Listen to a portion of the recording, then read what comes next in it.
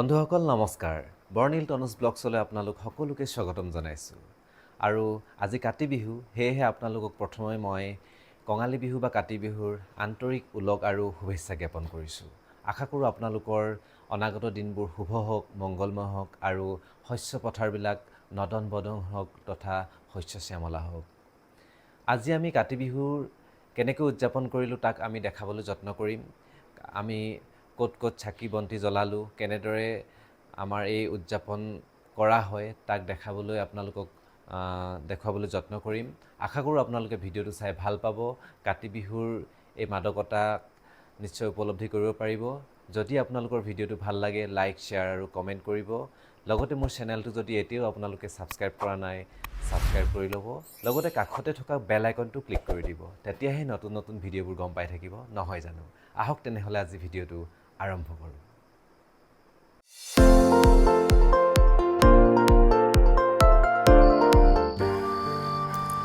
কাতি বিহু বা কঙালী বিহু হৈছে কৃষিভিত্তিক উৎসৱ। সেয়েহে খেতিপথাৰক বাদ দি এই বিহুৰ কথা কল্পনাই কৰিব নোৱাৰি। পুৱাই শুই উঠি খেতিপথাৰখন চাওঁ বুলি ওলাই আহিলোঁ। চাওকচোন, ইমান ধুনীয়া হৈ পৰিছে এইকেইদিন খেতিপথাৰখন। লাহে লাহে ধানে ঠুৰ মেলিছে। হয়তো আৰু কিছুদিনৰ পিছত ঠুৰবোৰ পুৰঠ হৈ পকিবলৈ আৰম্ভ কৰিব। এতিয়া যিহেতু কঙালীৰ সময়, অৰ্থাৎ এই সময়ত কৃষকৰ ভঁৰালত ধান নাথাকে, সেয়েহে এই বিহুক দুখীয়াৰ বিহু বা কঙালী বিহু বুলি কোৱা হয়। শস্য যাতে ভাল হয় তাৰ মংগলৰ কাৰণে এই উৎসৱ পালন কৰা হয়। শস্য পথাৰত আমি সন্ধিয়া চাকি জ্বলাওঁ, যাতে শস্যবোৰ নদন বদন হয়, সোণোৱালী হৈ পৰে আমাৰ এই ধাননি পথাৰখন। আহিন আৰু কাতি মাহৰ সংক্ৰান্তিৰ দিনা এই বিহু পালন কৰা হয়।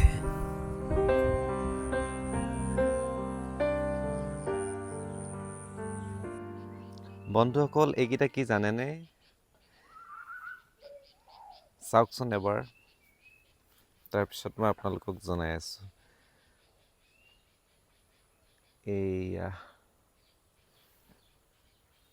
এইকেইটা হৈছে কাতি বিহুৰ চাকি জ্বলাবলৈ বনোৱা গছা। আমাৰ দেউতাই বনাই থৈছে।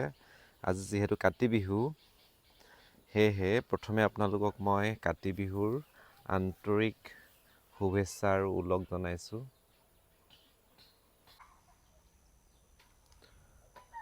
আমাৰ ঘৰত বনোৱাকেইটা কলগছৰ টুকুৰা কাটি বনাইছে, আৰু এয়া বৰ্তাহঁতৰ ঘৰত বনাইছে বাঁহৰ গছা।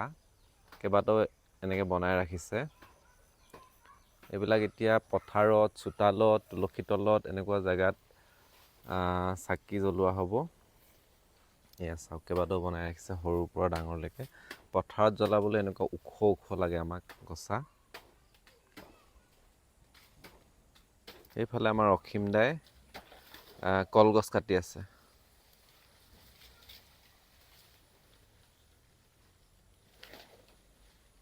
চোতালত এটা কলপুলি লগাব। এই আমাৰ কলগছ লগোৱা হৈ গ'ল। ইয়াতে এতিয়া বাঁহৰ দুডালমান চলি মাৰি দিয়া হ'ব, য'ত আমি চাকি জ্বলাম। কাতি বিহুৰ মূল বিষয়বস্তু হৈছে তুলসী তলত জ্বলোৱা চাকি। সেয়েহে তুলসী গছ ৰোপণ কৰি বিহুৰ দিনা ধুনীয়াকৈ তুলসী তলটো মুচি কাচি লোৱা হয়। ইতিমধ্যে আমাৰ এই তুলসী গছজোপা সুন্দৰকৈ মুচি কাচি লোৱা হৈছে। অলপ পাছতে সন্ধিয়া হোৱাৰ লগে লগেই তাত তুলসীৰ তলত চাকি জ্বলোৱা হ'ব। আৰু দুই কাষে এনেকৈ সুন্দৰকৈ কলগছ ৰুই দিয়া হৈছে। এয়া চাওক, এয়া আমি মাটি চাকি, ধূপকাঠি আৰু তামোল পাণ সাজু কৰি লৈছোঁ। এইসমূহ আমি তুলসী তল, পদূলিৰ মুখত আৰু চোতালত জ্বলাবলৈ ব্যৱহাৰ কৰিম। আজিৰ দিনটোৰ পৰাই কুমলীয়া তামোলৰ ব্যৱহাৰ কৰাৰ নিয়ম, সেয়েহে আমি কুমলীয়া তামোল আৰু পাণ সাজু কৰি লৈছোঁ। সন্ধিয়া হোৱাৰ লগে লগে খেতিপথাৰলৈ চাকি জ্বলাবলৈ ওলাই আহিছোঁ। এয়া চাওকচোন, ধানবোৰে ঠুৰ মেলিবলৈ আৰম্ভ কৰিছে। এই সময়তে কীট পতংগই আক্ৰমণ কৰি শস্য নষ্ট কৰে। সেয়েহে কাতি বিহুত চাকি জ্বলোৱাৰ নিয়ম আৰু পৰম্পৰা। এয়া চাওক, আমাৰ অসীম দাই সুন্দৰকৈ চাকি জ্বলাবলৈ আৰম্ভ কৰিছে। এইখন অৱশ্যে মাটিৰ চাকি নহয়। আমি আগৰে পৰাই যেতিয়াৰ পৰা মনত আছে তেতিয়াৰ পৰা আমি পথাৰত ঔটেঙাৰ এনেকুৱা বঙেৰে চাকি শলিতা দি পথাৰত প্ৰতি বছৰে এনেকুৱা এই নিয়ম পালন কৰি আহিছোঁ। পথাৰত ঔটেঙা বঙেৰে দিয়া চাকি বা অমিতাৰ চাকি জ্বলালে দুটা লাভ হয়। কাৰণ খেতিপথাৰত যেতিয়া আমি মাটিৰ চাকি জ্বলাওঁ সেইসমূহ তাত পৰি যায়, পিছত আমাৰ এক আৱৰ্জনাৰ সৃষ্টি হয়। ভৰিত কেতিয়াবা আপোনালোকে খেতিপথাৰত নামোতে কাটিব পাৰে বা দুখ পাব পাৰে। সেয়েহে মাটি চাকি জ্বলোৱাতকৈ পথাৰত আমি সাধাৰণতে ঔটেঙা বা অমিতাৰ চাকি দিয়াটো বেছি গ্ৰহণযোগ্য বুলি আমি ভাবোঁ। আপোনালোকে বাৰু কি কয় এই কথা জনাবচোন আমাক। এয়া অসীমদাই আমাৰ চাকি চলাইৰে জ্বলাই দিলে। এতিয়া তেওঁ সেৱা কৰিব। এয়া চাওক তেওঁ সুন্দৰকৈ জ্বলাই আছে। আপোনালোকে বাৰু কেনেকৈ পালন কৰে আপোনালোকৰ সেই অঞ্চলত য'ত আপোনালোকে বাস কৰে, সেই কথা কমেণ্ট যোগে জনাবলৈ নাপাহৰিব। ময়ো জানিবলৈ ইচ্ছুক। আমাৰ ফালে এনেকৈ আমি পালন কৰি আহিছোঁ সৰুৰে পৰাই। এইসমূহ পৰম্পৰা আমি সদায় অটুট ৰখাটো নিতান্তই প্ৰয়োজন বুলি আমি ভাবোঁ। এয়া অসীমদাই ধূপকাঠি জ্বলাই লখিমী আইৰ চৰণত এটি গুৱাপান আৰু চাকি বন্তি জ্বলাই সেৱা কৰিছে। চাওক তেওঁ আজি সুন্দৰকৈ ধুতি আৰু গামোচাৰে লখিমীক সেৱা কৰিবলৈ আহিছে, যাতে শস্য পথাৰ ভাল হয়, কীট পতংগই আক্ৰমণ নকৰে, তাৰ কামনাৰেই তেওঁ এয়া সেৱা ধৰিছে।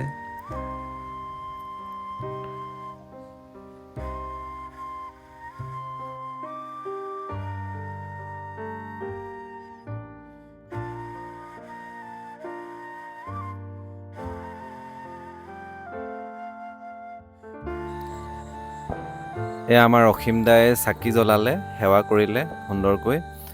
তেখেতৰ পৰা এতিয়া আমি আজি কাতি বিহুৰ অনুভৱ আৰু বৰ্তমান অসমীয়া সমাজত কাতি বিহুৰ ঐতিহ্য পৰম্পৰা অটুট আছেনে নাই তাৰ বিষয়ে কিছু কথা জানিব বিচাৰিম।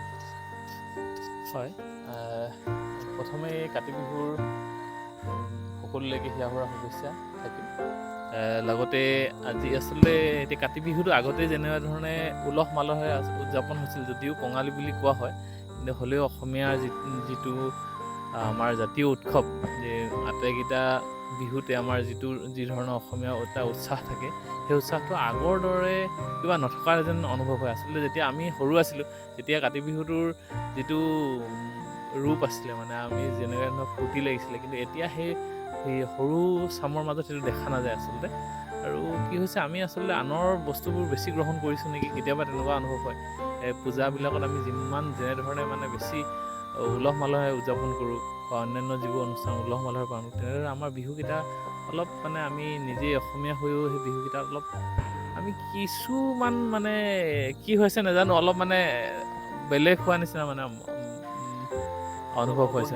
অৱহেলাৰ দৃষ্টি, কিন্তু আমাৰ নিজৰ বস্তুবিলাক অলপ অৱহেলা কৰা, আনৰ বস্তু বেছি গ্ৰহণ কৰিছে, তেনেকুৱা এটা অনুভৱ হৈছে। হ'লেও সকলোলৈকে মোৰ ৰঙালী কাতি বিহুৰ শুভেচ্ছা থাকিল। আৰু সকলোৱে যে আমাৰ নিজৰ নিজৰ বস্তুবোৰ মানে আনক দেখুৱাই অলপ বিশ্বত দৰবাৰত দেখুৱাব পৰাকৈ, যেনেধৰণে এতিয়া বিহুটো আমাৰ এইবাৰ যিহেতু গৈছেই, তেনেকুৱা ধৰণৰ কিছুমান হৈছে, খুবেই ভাল হৈছে। আৰু লগতে আমাৰ এই কাতি বিহুটো যে আমাৰ ইয়াত বিজ্ঞানৰ ভিত্তিও কিছুমান কথা আছে। চাকিখন জ্বলালে পথাৰত কি হয়, আচলতে পোক-পৰুৱাবোৰ মৰে আহি ইয়াত পৰি চাকিখনত। একেলগতে যদি বহুত চাকি জ্বলোৱা হয়, শস্য নষ্ট কৰিব পৰা কিছুমান পোক আহি আমাৰ ইয়াত যদি পৰে, চাকিখনত নষ্ট হ'ব পাৰে, তেনেকুৱা এটা বিজ্ঞানৰ ভিত্তি আছে, বহু কাৰণ আছে। আৰু সেই বস্তুবিলাক এতিয়া আমি মানে চৰ্চা হ'ব লাগে, যে আমাৰ নিজৰ বস্তুবোৰ বিজ্ঞান ভিত্তিটো কি আছে, মানে সেইটো বেছি চৰ্চা হ'ব লাগে। আৰু এনেই আমাৰ যিহেতু এইবোৰ পৰম্পৰাগতভাৱে চলি আছে, নিশ্চয় কিছু বিজ্ঞান আছে ইয়াত জড়িত। আৰু সেইটো কাৰণে আমি সকলোকে অনুৰোধ জনাম যে বিজ্ঞান জ্বলোৱাৰ লগে লগে বিভিন্ন পৰম্পৰা কৰিছে, আমি দেখিবলৈ অসংখ্য পোক-পৰুৱা আছে। অলপ পিছত দেখিব যে চাকিখনত পৰি বহুখিনি পোক-পৰুৱা পৰিছেই, আমি তাৰ প্ৰমাণ পাইছে। আৰু নিশ্চয় এনেধৰণে সকলোৰে খেতি পথাৰ শস্য শ্যামলা হওক, তাৰে কামনা কৰিছোঁ। শেষত সকলোলৈকে কঙালী বিহুৰ শুভেচ্ছা থাকিল। ধন্যবাদ, বহুত ভাল লাগিল কথাখিনি জানিব পাৰি। এতিয়া আমি ঘৰলৈ যাম। ঘৰতো আমি তুলসী তলৰ চাকি আপোনালোকক দেখাবলৈ যত্ন কৰিম। ধন্যবাদ।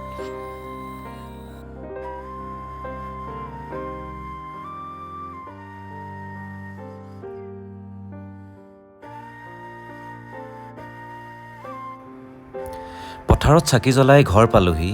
এয়া তুলসী তলত মায়ে সুন্দৰকৈ চাকি বন্তি জ্বলাই সেৱা কৰি আজৰি হৈছে। মই আপোনালোকক দেখুৱাইছোঁ। এয়া চাওক, তুলসীৰ তলত এগছি চাকি। আগতে আমি সৰুতে গাইছিলোঁ, তুলসীৰ তলে তলে মৃগপহু চৰে, তাকে দেখি ৰামচন্দ্ৰই শৰধনু ধৰে। চাওক, এয়া আমাৰ পৰম্পৰা, এয়া আমাৰ ঐতিহ্য। এই ঐতিহ্য পৰম্পৰা অক্ষুণ্ণ ৰখাটো আমাৰ সকলোৰে কৰ্তব্য আৰু দায়িত্ব। তেতিয়াহে আমাৰ এই জাতি আৰু সত্তা জীয়াই থাকিব, নহয়নে?